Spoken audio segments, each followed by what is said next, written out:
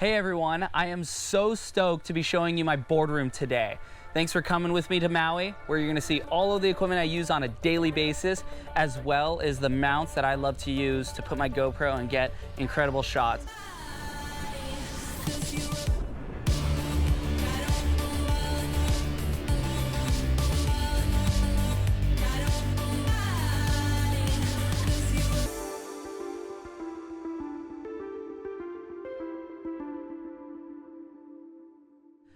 All right, here we go. We're headed into my boardroom right now. This is the entrance. Wait until you see what hides inside. And there we go. This is what I love to use on a daily basis. So what we have here are all of my favorite shortboards. Some boards are better for smaller waves. Other boards are designed for slightly bigger waves. And the taller ones, ever so slightly, are meant for waves like pipeline, chopu, cloud break. So these don't get used as often, but when the right day is on, I know which board I can grab immediately in order to get the best rides possible. So these are some of my favorite big wave guns. These are my bread and butter for when the waves get absolutely giant. Everything from an 8.8 to a 9.4, 9.11, 10.4. Now 10.4 is apocalyptic out at Jaws, Mavericks, or Nazare. These smaller boards are meant to be packing as much foam into one single board in order to get into the biggest wave possible and actually be able to rip, because on a really big board you might be limited. It becomes a little more of survival than it actually does trying to perform. Here are some of my favorite towing boards, and I think the reason why they get me so excited is because I know these are what I'm gonna ride the biggest waves of my entire life on. This is for like the apocalyptic day out at Nazare or massive Jaws, Cortez Bank, Mavericks, wherever it gets just absolutely insanely big. The board itself is made of carbon fiber and is extremely strong, although I've had these boards break into tiny pieces from getting slammed by giant waves. As you can see, the fins are really sharp and meant for speed. You know, it's meant for going 50 to 60 miles an hour. The boards themselves weigh a lot. This is 22 pounds. We basically have bullets layered in here, and the reason why we use bullets is because they're the cheapest and they weigh, you know, the most for their size, and we're able to basically pack in the weight and get the exact weight we want, because not all my boards are 22 pounds. They might vary to 20 pounds, 18 pounds, 16 pounds, 13 pounds, even 8 pounds. So you're just kind of like measuring and kind of getting ready for certain spots that might require a different weighted board. Now, people ask me all the time, how come all your boards end up looking the same, or at least very similar? And for me, I've always been inspired by Formula One. I love the technical aspect and then the human capabilities mixed together. So what you get is basically a supernova of extreme speed, precision, and that's what I want in my equipment. I'm gonna show you my favorite mounts that I use to get the shot with GoPro. Some of them may be, you know, attached to the board. Some of them may be attached to my kite or my windsurf sail. To start off, my favorite mount I think actually that GoPro makes is the wrist mount. And it also can go around your hand. I will put this thing on and I can go kite surfing, I can go windsurfing, I could do all of my sports with this. And if I need to film my friend or even myself, I can stick my arm out and get the angle, but then I don't have to worry about hiding the GoPro anywhere. I can just like completely grab my boom or my bar, or, you know, just continue on with surfing. So this mount right here is one I will always travel with, and I'll always try to have in my quiver of GoPro accessories. Now, this is just your traditional surfboard mount. If you look at all these boards behind me, especially on the really big boards, I always have one of these mounts. This thing holds really well. As long as you wait 24 hours and you can even use a heat gun to try to like get this extra tacky, stick it on, should be good. One of my favorite handles that I use is the Surf Float. I mean, it's just great because I can throw this thing into the water and I can just trust that it's gonna float, and I can even throw it to my friends and we'll end up swapping camera angles constantly. And it's also soft in case I need to hold it in my mouth. The cool thing too about this mount is that I can actually have custom pole extension that comes off of this as well, and I've had that in the past. That's how I captured the video with my GoPro Hero Max out at Nazareth when I was getting absolutely destroyed. And then the mouth mount. This is like the best, I would say, 2-in-1, because I can slide this mount straight onto the board mount in case I'm not using it, but then I can always stick it in my mouth and get my POV. These are custom 3D printed by the Mile High View. It's for kites. See these little notches, the lines go through that and it gets stuck into the line, and it really has a really unique perspective, kind of like a drone, but it's just in the lines, and these things are really light, but strong. For winging, now there's not a whole lot of mounts that you could really do for winging, but when I use this one, it goes around the leading edge. So basically the front of the wing, just on the outside of where I'd be holding on to kind of the bar or the strut as it's called. This goes on there, and it's made by Fly Mount, and you can basically attach the Hero 10 or even a GoPro Max on it, and it looks really cool. It's unique, and it's kind of out of your way. If you use the voice feature on the GoPro, you can just be like, hey GoPro, stop recording. You can tell the GoPro to stop or keep going. I just told my GoPro to, I'm not gonna say it again. I ended up finding this really cool mount at my local surf shop, High Tech Surf Sports, and it's this narwhal mount that kind of just sticks directly to the nose of my board, and it's crazy because I don't even notice it when I'm surfing, but the shots look really cool because kind of gives you that perspective in front of the nose, and you wonder, how is the camera just floating out there? Well, it's the narwhal mount, and I got some cool footage from Honolulu Bay on that, which is super fun. But yeah, as you can see, one of the GoPro mounts is sort of disguised, little paint job right over it. And then we have this, which is just another mount, you know, and the GoPros used to all come with this, which is just the FCS fin tab, and it goes directly into my big wave boards, and I can screw it in. The reason why I really like that is because there is no wave that's gonna probably rip the GoPro out before the board breaks in half. And I can just trust that when I come up, my GoPro will still be there, because there's nothing worse than losing your GoPro when the conditions are pumping and you feel like you got a once in a lifetime shot. Now that you've seen my boardroom, let's go check out where my jet skis and boats live. All right, we made it here to my secret jet ski lair. I mean, I have a lot of jet skis now, but there's a reason behind it, because, you know, I've lost them on the rocks from time to time. And, you know, we have a big team now, and we're trying to get the shot. We're trying to get the best waves. We're trying to have the best safety possible. Fortunately, I have the best jet ski pilots that can ride these while I am surfing and make sure that I'm getting towed into the waves. We're getting saved by them.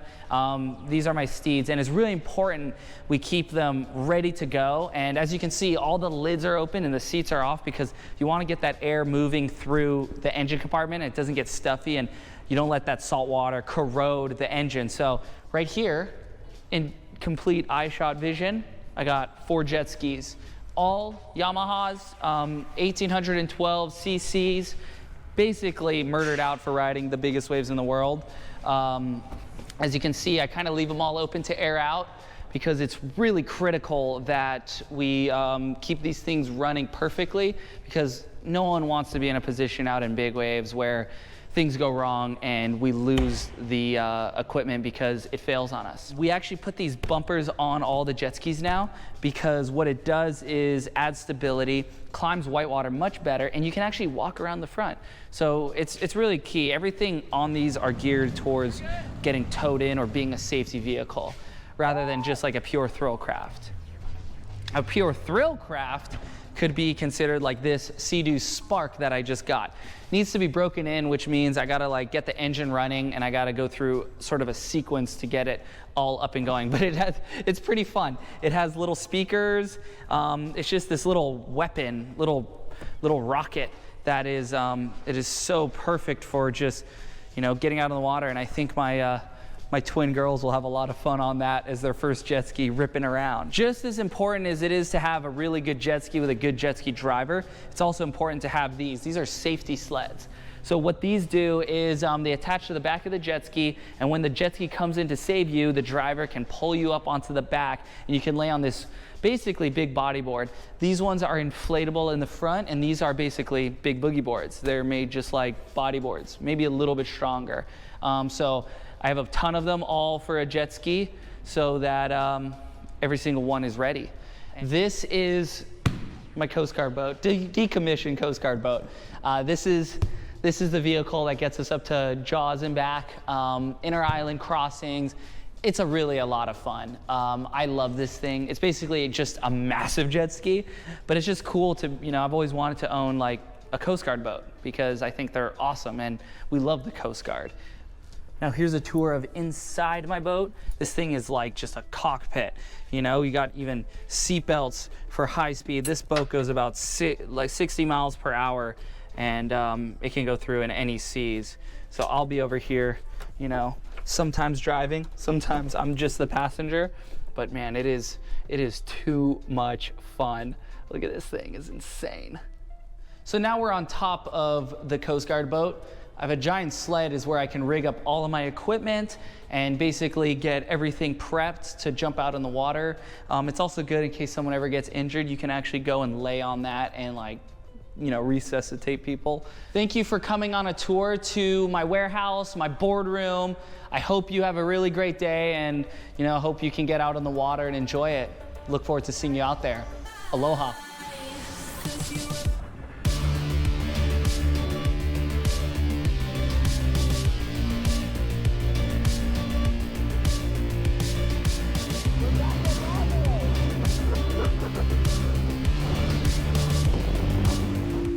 I know a lot of people who would like me to fail. So when I started surfing, I went out on one of the worst days and it was so stormy, but I caught like one wave. I've never really gotten to be proud of myself until I caught that wave. I don't know how to explain it, but I was proud of who I became.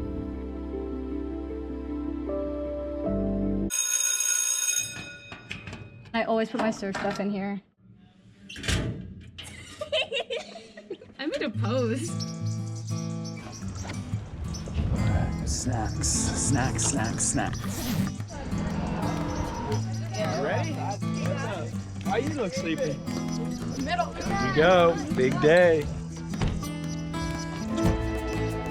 My name is Johnny Irwin. I'm Executive Director of City Surf Project.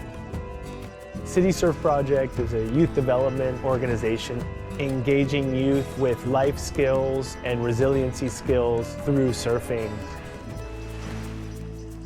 I remember as a child, my dad would take time out of his day and we'd go boogie board together. I didn't realize it until I started teaching. I saw my youth that were my students that didn't have those opportunities. So I organized a surfing field trip. The impact was profound. It changed their whole outlook on life.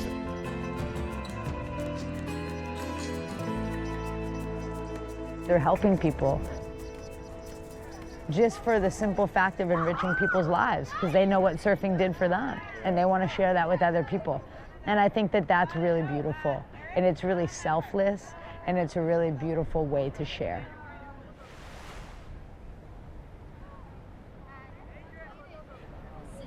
Yeah, lay down, sit down, get in here. These are quartz crystal bowls. The sounds and the frequencies of these bowls is like riding sound waves, kind of like riding ocean waves. So I would just invite you all to just take a minute to close your eyes. This is when it's chill to fall asleep in class. And taking a moment to just feel the sand. With just so many things coming at us at all times.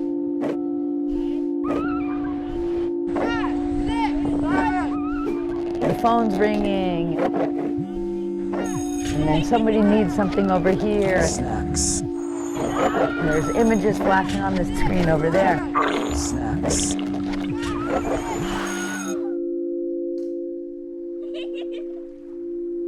Our nervous system doesn't really get a chance to reset. It's very important for us humans to get outside and connect with nature, and especially as kids. Kids have so much energy that they need to get out, and being able to transfer that into something super positive. They're learning patience, they're learning resilience, they're learning to trust themselves. Had I had a surfing class at school, it would have changed everything. I was a punk. I was always like getting bad grades and getting kicked out of school until I started surfing. Hi, I'm Angeli. I go by Jelly. This is Mission High School. This is my old high school. I'm a really negative person on myself. I was born in Guatemala. It's like a really bad memory, but when I came here, I used to cry. So the bell's about to ring. It's about to be a swarm of kids. For me, high school and surfing are similar because when you're in high school, there's like a ton of ups and downs. Sometimes the world is breaking like a wave on you. There's always going to be a really good day and a really bad day. It's more about how you take it and if you choose to give up or if you choose to keep going. I don't think surfing is the only thing that changed me. I think it's the people that have got me into surfing that changed me, like Andrew. I like to bring it back to really small victories, starting with getting in our van, getting even down to the beach, positive reinforcement on each wave. You always want these kids to realize how capable they are. And if you think you're capable, you're gonna achieve. Ray is one of the most understanding and caring people at Mission. And Forrest. Soccer momming, eh? Yeah, it's my everyday. Have a wetsuit, Forrest. Yeah, you don't like the blue tall one? Because look at these things, they itch my... Yeah, I'll find. This is a good suit for you. Oh, it's wet. No, it's not. It's not wet. Can I get one that zips in the back? Oh boy. And surfing with them is honestly such a blessing. It's like a second family to us. They're able to find a family, a supportive family that helps motivate them, that helps them get waves, but also they can connect with outside of the water. How awesome it feels to feel the sand. What a gift it is to go ride some waves with your friends. So I really hope programs like City Surf not only spread here in San Francisco, but in all the inner cities. Just listening to the sounds. Because I really think that there's so much healing that happens through the water and through surfing. Oh, I got a bad grade on a test. I must not be worthy. Oh, this happened. I got yelled out. I must not be worthy. Taking a minute to slow down. Oh, I'm having a hard time at home. I must not be worthy. Then all of a sudden you have this thing that you did, and you did it on your own, and you did it good. Once you believe in yourself, you realize everything's possible. We're only here for such a short time, and it's such a gift. The connection to the ocean has been so profound for me. So my dad passed away 10 years ago. He taught me how to surf. Really making sure I had that connection with the ocean was really important to him. Some miraculous way he's looking down, or his spirit is around. I'd like to think that he'd be really proud. Okay, here's the thing.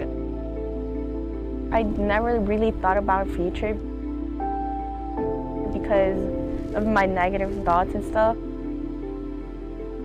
Take your time, you know? Don't rush it. Oh, here's a set. And my brother introduced me into City Surf. When I was out there, I felt safe. I felt like I could be someone. So in my future, I could go to college. I could teach kids. Go like this and use your voice. Help, help, can I see? I could be someone in the ocean, you know?